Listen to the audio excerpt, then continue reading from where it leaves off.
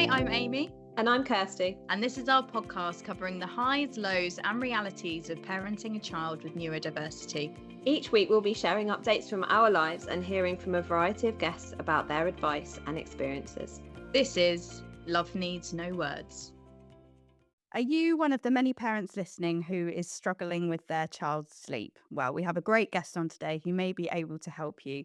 Jade Zammit is a sleep consultant working with a range of neurodivergent families to help bring peace to very stressed and sleep-deprived households. Her business is called Beyond the Stars. Jade, welcome. Hello, thank you so much for having me today. No, thank you. Thanks for taking the time to talk to us. This is honestly going to help so many of our listeners that are struggling at the moment. So to start, would you say there is a link between neurodivergency and difficulty with sleep? And why is that? 1000%. There's a huge linkage between it. And it's for so many reasons. And I think some that we don't always really think about as well. So, of course, our brains are much more unique. There's different things going on with neurodivergent brains. And that is more where the sleep difficulties really stem from. So, for example, adhering to a bedtime routine can be really difficult for a lot of kids. So when we're talking a lot about consistency and rhythms in that routine and keeping things calm, it can be really hard for a lot of kids to actually adhere to that in the first place, right? When we've got different neurodivergent traits. There's such a unique brain structure, you know? It is very different from obviously your neurotypical kids. It's in that ability to shut off, especially if we're focusing on, ADHD. I see it a lot with the more hyperactive. They really, really struggle to switch off their brains, and that can lead to more childhood insomnias and the ability to fall asleep in the first place. So, whereas you find with more neurotypical kids that actually they can tend to shut off that little bit easier than others. Hyperfocus is a massive one.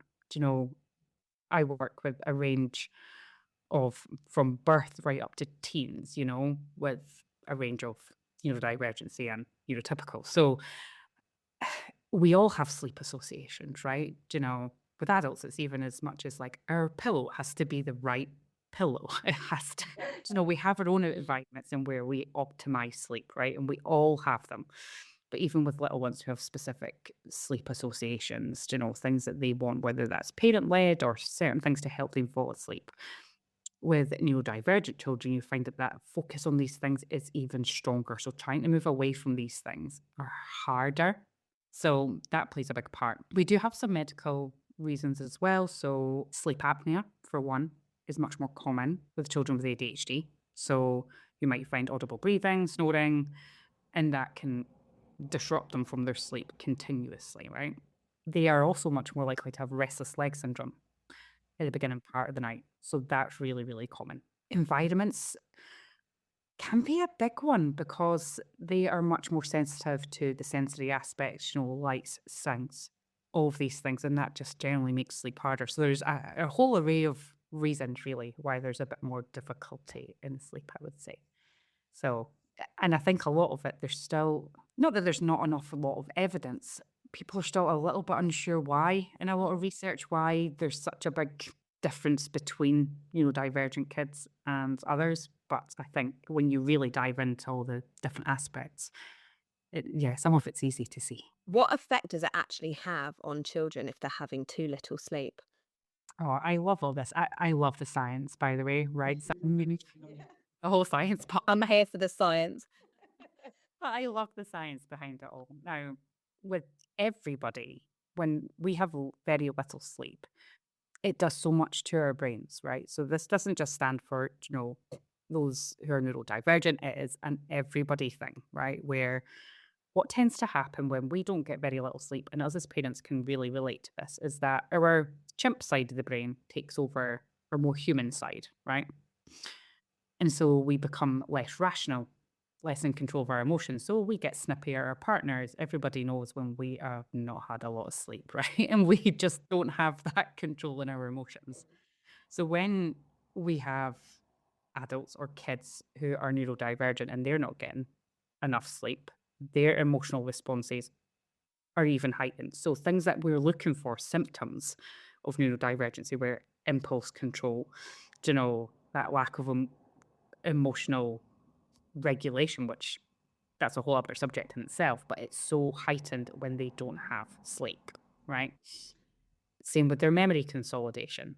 We all go through that. When we get into deep sleep, our brains do like a detox, right? And it helps us remember all the things that we need to remember, and it helps get rid of all the unwanted chemicals and stuff. So when they're not getting that deep sleep, we are getting more forgetful, right? So we're looking for a lot of these signs in our kids as well, that forgetfulness and being able to recall these sorts of things, right? And so those two are ones that I see often. I think the focus is a huge one. Just being able to focus, even as adults, we can't really focus when we are shattered, right? So when we put that in context of our kids and we're seeing them struggle through school, and their focus is even worse than what it was before when they've got such little sleep. And so it becomes that kind of cause and effect. Is it the neurodivergency? Is it because they're getting little sleep? Yeah. And I've seen in a lot of cases where actually solving the sleep helps those symptoms massively. And it's not to say that they don't have a neurodivergence, but once they actually get the sleep, you would never know, because all these things actually come back together again. Jade, you mentioned there about their muscle aches and things, and also they're really heightened to sound and light. I know Alex certainly is. So, what are some of the techniques you would suggest putting in place to kind of help that? That's a good question, because I think depending on the age and stage that we are talking about, and I think we also need to have that slight awareness of their sensory input as well. We have some who are really sensitive to noise, some who actually thrive with having something there. It sort of directs their attention to something else to listen to. Some would love like things like weighted blankets. Others are like, nope, it's suffocating. So we kind of need to get their sensory input on that as well. So I suppose it really does depend on the kid. I think if your little one is struggling in sleep, have a bit of a brainstorm to figure out where it's coming from. Because once we understand that part, it's going to be easier to try and put some tools in place. So is it behavioral? Is it something that's just too stimulating for them? Is it an impulse control? So we'll maybe talk about that with the early rises and stuff. Is it that impulse bang out of bed? That's the kind of focus area. How do we kind of overcome the impulse reaction to the pinging out of bed, right?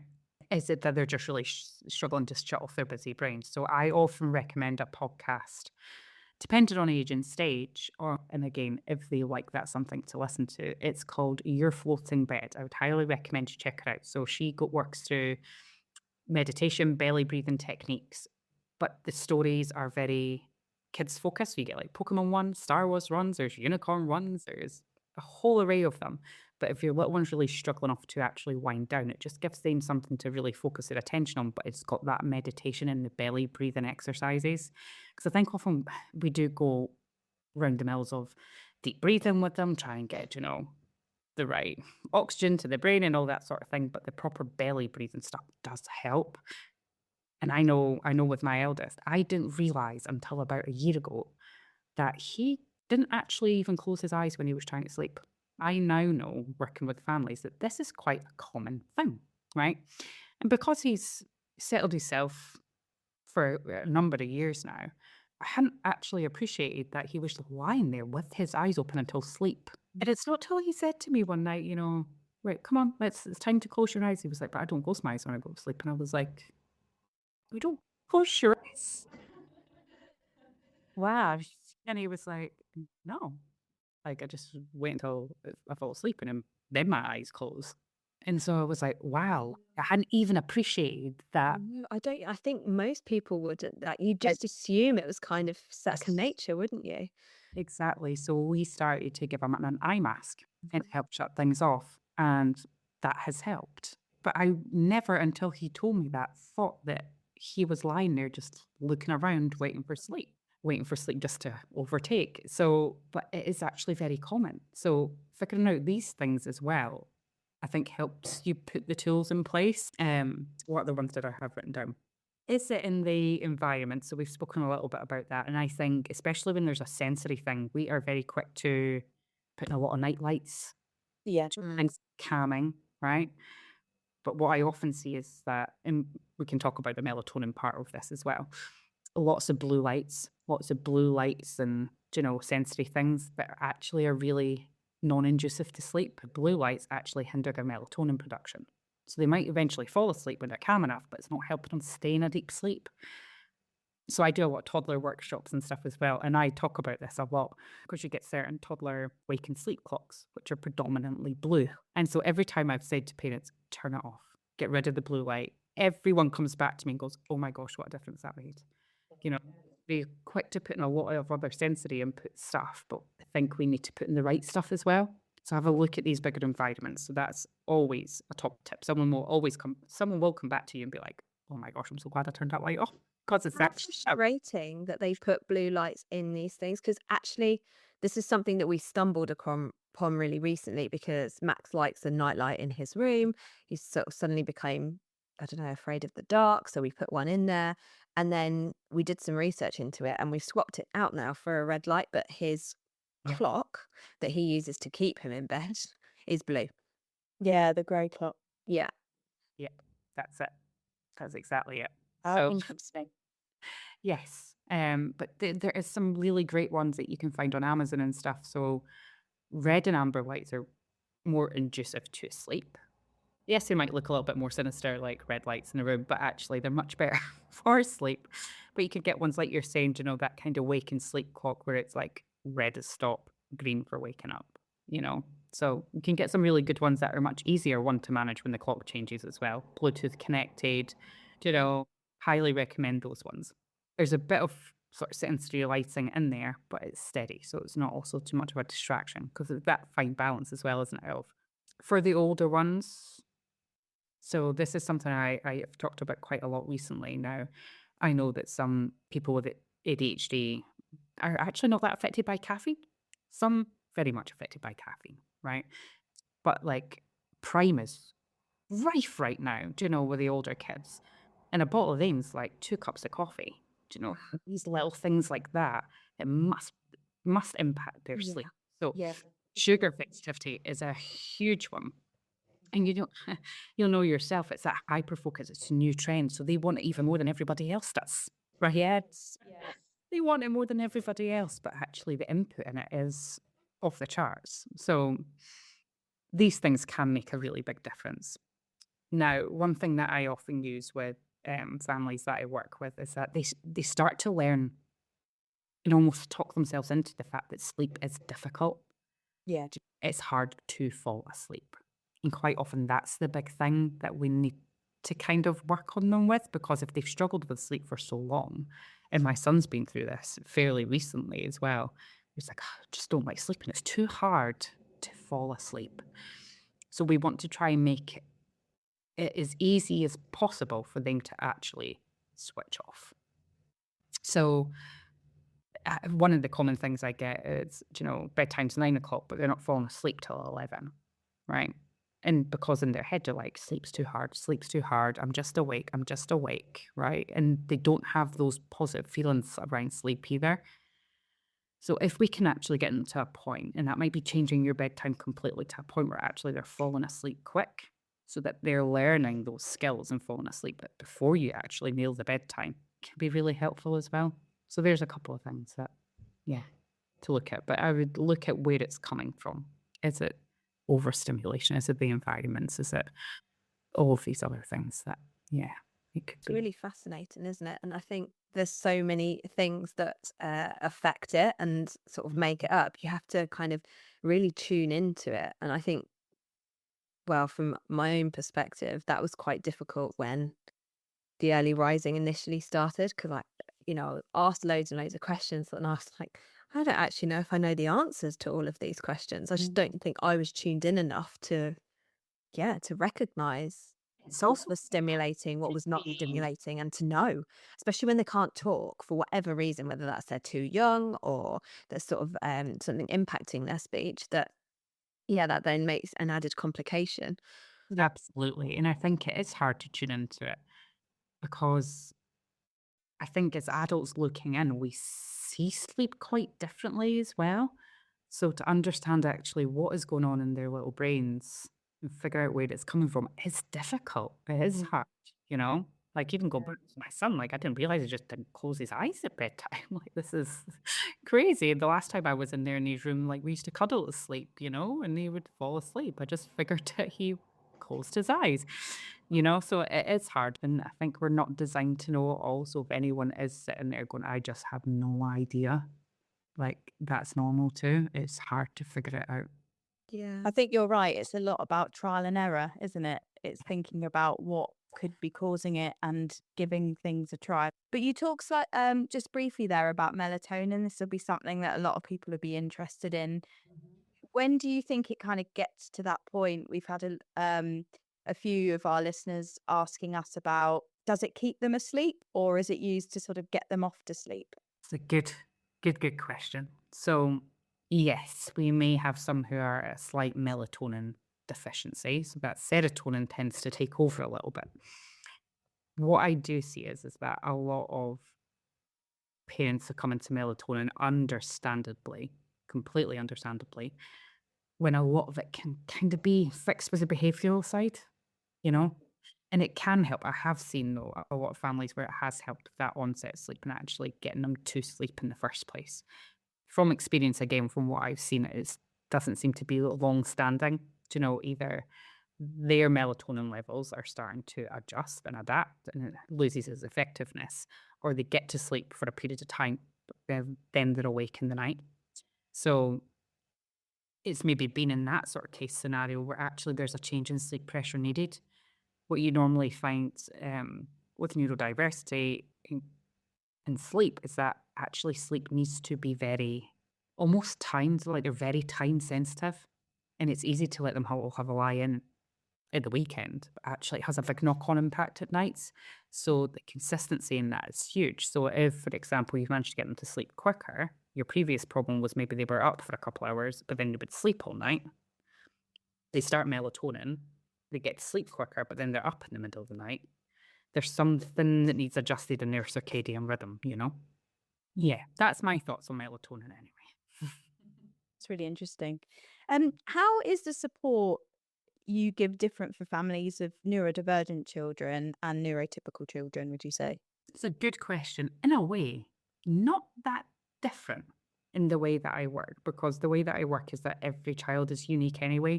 Do you know? So whether they are diagnosed, undiagnosed, neurotypical, 6 months old, 16, they're all very, very different. I've worked with over 170 families one-to-one, and I've never written the same sleep plan twice. So from that respect, there isn't much different in what I do because I really focus on them as their own little person, their own family dynamics. So it's very much the same across the board. If someone's coming to me and their little one has suspected ADHD, I will treat them exactly the same, or work through techniques in relation to what that little one is going through, whether they are diagnosed or not. I'll use the same stuff. It's about what they're going through and what we actually need to work on, if that makes sense. So, but I think the biggest changes in what my advice is more on age.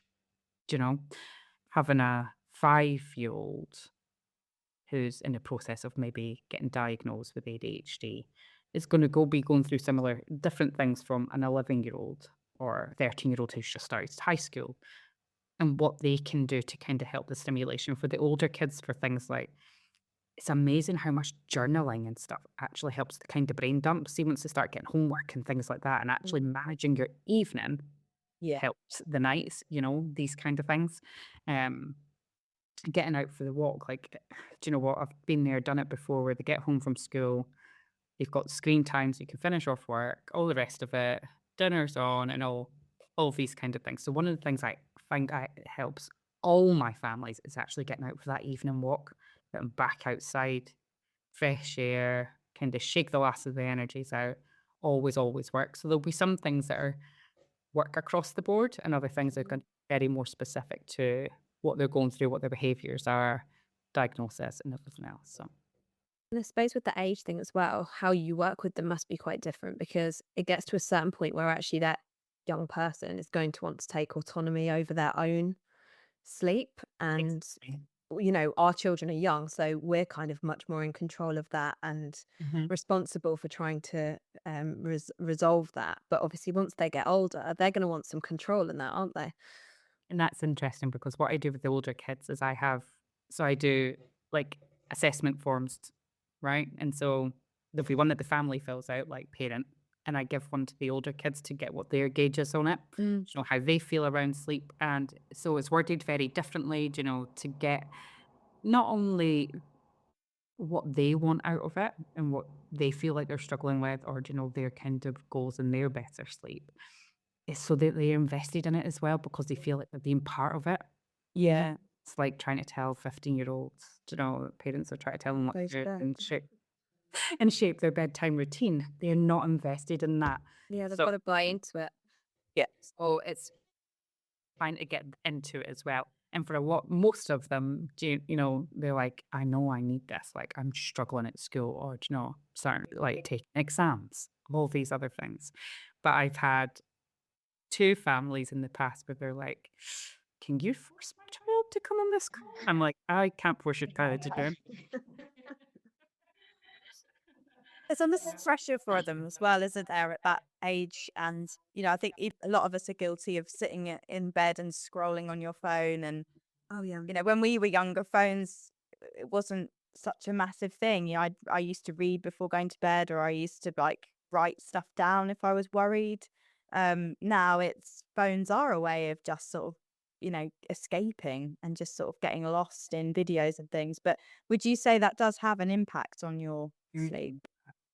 Huge impact. And I don't think, and again, I think this is quite across the board, but if you're an overthinker, you're struggling to switch off anyway, you're recalling the conversations you're having with your friends on your phone. You're recalling a lot of these social interactions much more frequently than someone who can just shut off to it, shut off their phone and go to sleep. I mean, somehow my husband manages to do that. I still don't know how he does because that's not I me. can do that. I Yeah, I was going to ask another question. It kind of takes away from what you were talking about, so I'll ask it afterwards. But yeah, I can do that. But then my husband is a really bad sleeper, and things affect him a lot more. Yeah, Exactly. So I think with kids and teens nowadays, they're so embedded in those social aspects as much as it is, but right before bed, that's at the forefront of their mind and nothing else to reshape that and get them ready for sleep. So it's a huge impact. yeah. I was going to ask: are some people naturally just better sleepers than others, I or will I have been trained at some point in my childhood to make me this accept? Because honestly, You're one of those annoying people, I Kirsty, I that am. sleeps on I it, aren't am. you? Yeah. Yeah, I am fortunate that I can sleep very like easily and well. Generally, like there are things that obviously impact it occasionally, but then my husband's almost the polar opposite. As I was saying, he wakes in the night, like not for a long period of time, but he says he will wake up numerous times during the night, and that's not from the children particularly waking him up. That's just his natural kind of sleep cycle. Yeah, so it just fascinates me. Are some people just better than others? Yes, I would say. And I think a lot of it comes down to things like how sensitive they are to sleep. So in our family, my husband's the one who can sleep anywhere, anytime, has zero effect. But for me, I'm the one who's always up for a pee in the middle of the night, and I have to sleep in what is he describes as a void. Like it has to be pitch black, zero sounds, perfect temperature, like nothing can impact all of those things, or I just don't sleep, right? So I'm very sensitive to how I fall asleep that way.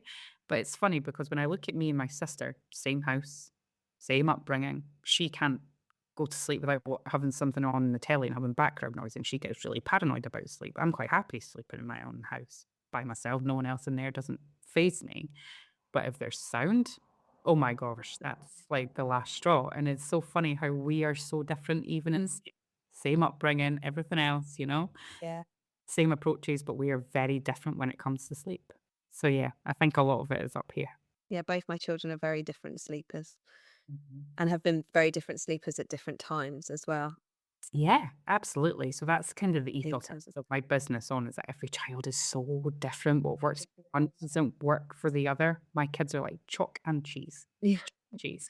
that's And weird, isn't it? you could see it from a very early age, though. So my son, so he's going through his ADHD assessments at the moment, and his early year sleep wasn't the worst. Regressions were tough, but as long as you got the timing right, if the timing went off, you knew exactly what would happen in the night. If you didn't sleep enough in the day, he'd be up for 2 hours in the night. If he slept too long, he'd be up early in the morning. So once you nailed the timing, it wasn't too bad. But then the toddler years hit, and that was atrocious, absolutely horrific. Actually, it was not okay. With my youngest, well, we managed to kind of navigate that. We sorted most of that out. My youngest came along. We were like, "This will be a breeze, second child." We were feeling very confident, and she was the complete opposite. Her early year sleep was horrific. She did have reflux and lots of other things that contribute to her sleep, but she was actually quite independent. We find my son, he likes connection, cuddles. Yeah. She was like, "Don't touch me." But she still wasn't an any better sleeper, and I didn't know how to help her. Whereas her toddler years, she's a dream. She is an absolute dream. You're giving me hope. Uh, Yeah, we've definitely had it the other way round. I would say Max was a good sleeper up until about 18 months. And then we sort of touched on it about the early rising. That's when it hit for us, and it hit hard. And it just literally almost overnight changed. And he was up so early in the mornings, anywhere from 4:30. And it's kind of carried on over the years. Oh, Not Yeah, always as same. bad as 4:30, but yeah. I know Alex is an early riser as well. Yeah, he's on the dot. He'll sort of start staring at 4:30, come in at 5, and then I get the pinching of the fact he's really sort of what's the word? Tactile? Yeah, and likes to do pinching and rubbing of my earlobes. So he'll basically do that until I decide to wake up. oh my gosh. Yeah, it's a lot, and it's really hard not to get angry. I think a lot of listeners can Yeah. relate to that. Like, you're so tired, you've done a full day's work. Sometimes you're up with the baby in the night if, they're restless or they're not well. And then, they come in at 4:30, 5, and you're like, oh, no, please, no. And like you say, sleep affects everything, doesn't it? So, Absolutely does. Do you have any advice for people who are listening and we for ourselves Yes. as well? early risers, yeah, for early risers. The way that you kind of talked about, you can kind of hear the restlessness in it. And as soon as it's like, okay, bring him awake, it's that impulse of getting right through to your room, right? And he knows exactly how he wants to kind of support that and wake you up that way. I wonder if you don't already, having that kind of just that white clock set to a certain time might help. If it's like red for sleep, green is, okay, it's time to wake up, mum, might be something that you could start to quite gradually reinforce. Now, what I would do with that is that don't set it to turn green at 7 o'clock when it's unachievable. Like, make it achievable. So he's like, okay, now it's time to wake up, mum. And then we can start extending it later and later and later. And I think if you've got something like that in place for him, it sounds like it's that impulse of coming right through to you. So how do you, because I think if you can very gently break the impulsiveness of it, Yeah. chances are he'll start to sleep through that cycle. So that might be, it could be a variety of things, obviously. Assessments aside, it could be you camping out in his room for a couple of nights, but actually it's that stopping the impulse of getting out of bed because you're already there. It's actually kind of like just disconnecting the thing that we're thinking about the most because they don't have to jump through if you're there. So it's how you start to shape these little things. What I see working very well, it's a very unpopular way to support this, right? Takes a lot of dedication. But what can work very well is actually stirring them out of that sleep cycle. So that would result in probably setting your own alarm for about 4:15 and sort of gently rousing him enough, not enough that he wakes, but enough that he kind of stirs and continues to sleep on 10 days. okay. I'm starting to. get through. That can be very effective when it's so time sensitive. Okay, give it a go. Thank Good. you. Good try. You're welcome. We had a sleep consultant with Max when sort of were at breaking point, if I'm honest, with his sleep, and what they kind of deduced from it was that he was chronically overtired, and that this was causing him earlier waking than Yeah. Oh, I absolutely. think he is just naturally an early riser anyway. But I think there's something to be said certainly for him, because if we find that he gets overtired, has a direct impact. And actually, I see it in my daughter as well. Has a direct impact on the time that she wakes up the next morning. It almost defies logic, honestly.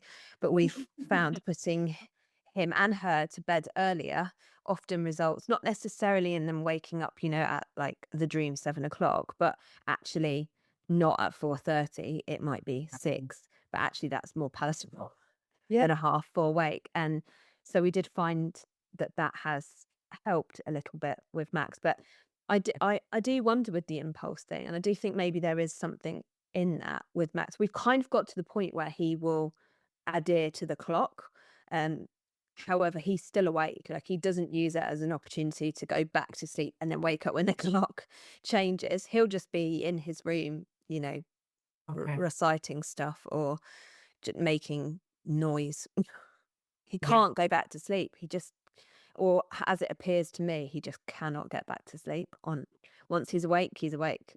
Yeah. And do you know what? That is so common for a lot of kids as well, that they've just got the stamina by that point to fight it. But you're absolutely spot on about the overtiredness. When they're in that chronic overtiredness cycle, it's so hard to break when they're up early, bedtimes later. So early bedtimes are key. But even if he's not fully falling back asleep, keeping that early morning routine very consistent does help. Now, early rising is the last piece of the puzzle to fix. Actually, bedtimes and everything else are the easiest part to fix. Early rises take a little bit longer for it to all really kick into place. But by keeping that consistent is going to help, one, conserve his energy, because he's not starting his day at 5, or 4:30. He's starting his day later. So keep that consistent. Actually, okay, we don't start our day until whatever time. So even if he's awake, it conserves the energy so that he's not in that cycle of overtiredness, right? Because it's rest time. Okay, he might not be fully asleep, but he's resting. So if early rising's the last piece of the puzzle Yes. and bedtime's sort of the place to start, what advice would you give to listeners who are struggling to get their children to sleep at night? Okay, good question. So this probably goes back to some of the tips that we gave earlier of looking at the things that are stimulating them the most, or where the struggle is coming from. Is it from stimulation? Is it the environments? All of that part is the part that you need to focus on for bedtime. Again, go back to that tip of, if they're not settling for hours and they are just finding sleep really hard, make the bedtime later, get them to fall asleep quickly, get the habits set, and then we can start to bring that forward again. That worked really quite well. Thank you. This links with a question we've had actually. Emily says, any advice on getting our 5-year-old daughter to settle at bedtime so we can get our evenings back? We can spend up to half an hour laying in the dark trying to get her to sleep. We try to leave, sneaking out, and she forces us to go back. Because they're anticipating that kind of exit, right? They know that you're going to do it eventually. So then they're not really falling asleep knowing that you're going to run off at some point and leave them, right? So actually building up confidence slowly, I think, would be needed there, And that's what that is at that age. It's like confidence building. How can you help them feel more confident in the moments that you're not there? So does that mean that you're popping to the toilet while they're in bed and coming back, slowly building up actually their happiness and contentness of being in there? But I think you also have to be quite open and honest on where you're going to be, because they're too aware. And something like that can just be enough to stop them from falling asleep as well, because they know that you've still to exit that room. That's the bit that you need to focus on. A lot of children that are neurodivergent have really high anxiety. I know Alex does, and a lot of separation anxiety issues we've got at the moment. So I guess that can be another thing like you said, he's bolt upright and runs in. He wants to know that we're there. It's that kind of anxiety starting from the minute he wakes up, which when you think about it, must be awful. I know, and it is hard, isn't it? So, and I think all kids are so different on how can you keep, and this is what I really struggled with my eldest, sorry, in those toddler years, is that he really thrives on connection. He likes the cuddles. He gets, like you say, those separation anxiety phases quite strongly. But at the same time, we got to a point where me staying in there wasn't helping anybody, and we did our fair share of co-sleeping, and you just talk all night. Adopted. It was finding that balance of, okay, he needs so little stimulation to actually fall asleep, but he needs that connection too. So it is finding that balance in it, I think, for every child and some kids might be quite happy enough of just knowing that you're nearby on the landing and, checking in with them every so often or talking to them. You say, okay, I'm just making sure that you're all right. They just want to kind of know that reassurance. Other ones have much stronger anxiety where they really need your presence there. So how do you very slowly build up that confidence without putting them in a state of, Yeah. Yeah. you know, Stress. yes, exactly. Yeah. And you might just have to scale back. It's much more reassurance. But once the phase passes and actually they're back to the happy, contented self again, it's in making that decision, okay, let's get back to where we were and not letting it be a long-term thing. Once it passes, it is making that decision of going, right, Yeah. Now we act. Yeah. now we act and now we make sure it's not a long-term thing. And as well, so super alerted toddlers are kind of my speciality. I tend to naturally attract them into my circle well before, there's any diagnosis or anything like that. But the really stimulated ones are the ones that tend to find me. So because you'll know yourselves, once they go through these phases and we want to reassure them or we want to be there for them, because I'm not that kind of sleep consultant who's going to tell you that you need to just leave your kids to cry. It's not me. I never wanted to do it with my kids. I would never tell anybody else to do it. No judgment to those who do, but it wasn't for me, right? But they go through these phases, so we help them, we support them through it, but then they catch on to that as being the new thing very, very quick. And then that becomes their kind of loophole, right? And so it isn't at that point where you're like, okay, they're 10 steps ahead of me right now. Yeah. And now I need to get ours. Yeah. 10 steps ahead of them almost, right? And that doesn't have to be anything drastic, like I say, but it's making that conscious decision of, okay, the phase is past and we know that we've been in a different place before. What steps do we need to put in place to get that back again? And that takes a lot of consistency. Consistency is absolutely key. And anything you're putting in place, it has to be bulletproof. Yeah. And how long do you think you need to give any one strategy that you're putting in place before you actually see sort of positives coming through? Or does it depend on what you're doing? Depends on what you're doing. It depends on the child. Some have great adaptability. So you might see it coming through really quick, and actually they adapt quite well. It's just that you found the right strategy for them. For others, it doesn't mean that you found the wrong strategy. It just might mean that they're more emotionally strong. So you need to take things slower. Things need to be at a smaller pace. But you still get to the same point, but they might just take a little bit longer. So I would say if you found something, stick with it for a little while. Okay. Give things a week or two. And the regressions are a really interesting topic as well. And I just wondered, I think we associate regressions with young children, often very young children, because obviously you're reading all the books, you hear all the terminology. They're going to go through a 4-month regression, 18-month, blah blah. Does that happen to older children as well, where they have natural regressions in their sleep? 1,000%. Okay. Absolutely. We've actually just gone through a more recent separation anxiety phase with my 8-year-old.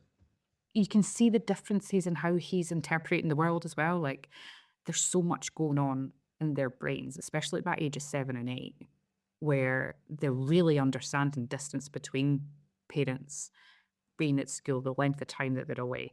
There's so much going on in their brains that, it brings on new things, and that's going to impact their sleep, right? And it's not a forever thing. Yeah. They do go, and then you've got, as they start to get up into the older years, you've got puberty, hormones, all these other things. So they are similar developmental surges that are going to impact their sleep still. So yeah, absolutely. Yeah, that's a good point, because I guess there'll be listeners that have got children that are going through puberty and, like you say, the hormonal changes. And so it's good for them, I guess, to be prepared that that could cause an effect on sleep as well. Absolutely. But these things are more shorter term Yeah. than they are longer. Jade, how can people get in touch with you after this if they have more questions or they'd sort of like to get in touch to get some extra advice? Of course. So my website is www.beyondthestars.co.uk. There's a specific ADHD page on there, and my free guide is there as well. So that gives you lots of great tips for sort of setting the bedtime routines, lots of different environmental things and things that you can be working on and trying. It gives you lots of good advice actually around the different types of ADHD and the different characteristics of their night sleep and things like that. So you can go and get my free guide there. You also have contacts on the website, so you can reach out to me anytime, book a call. If you want to follow me on the socials, they are at Jade Sleep Nanny. Jade, thank you so much for coming on and talking to us. It's going to be so helpful to so many people. So thank you. You're very, very welcome. Thank you so much for having me. Oh, thanks, you, Jade. It's brilliant.